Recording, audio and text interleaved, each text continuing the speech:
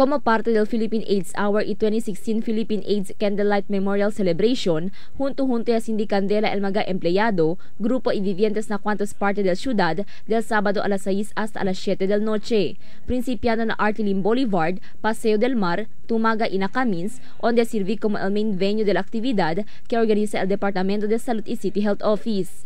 Según con el HIV/AIDS Program Coordinator del DOH, Clarissa Jose, objeto de la actividad, amo para acordar con aquellos que han muerto por causa de la enfermedad de AIDS y serví también como una plataforma para la HIV/AIDS Awareness Campaign.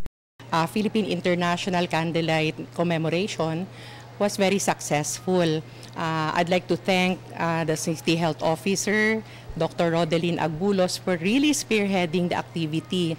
Actually, Akel activity, Kel, is just a platform for AIDS awareness.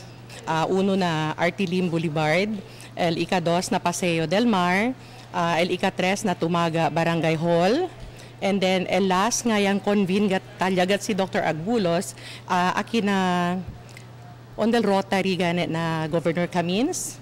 So ali kami yaman yaase short prayer si Father Birdie, and then si Dr. Agbulos also spoke about HIV and AIDS in Zamboanga City. Na datos del Departamento de Salud, bajo na kategory A el ciudad de Zamboanga na rehiyon por causa ng alto kaso de HIV y AIDS. Ta contribuye según na alto kaso el subido número del migration na ciudad, alto número del población y grande oportunidad de trabajo. Zamboanga City, LL pinaka-alto cases kanaton simply because alto population aki, taki todo el mga opportunities for jobs, no, akabar el migration is really increasing through the years. So man expect kita kay ay subigat el diaton sexually transmitted infections and even HIV cases.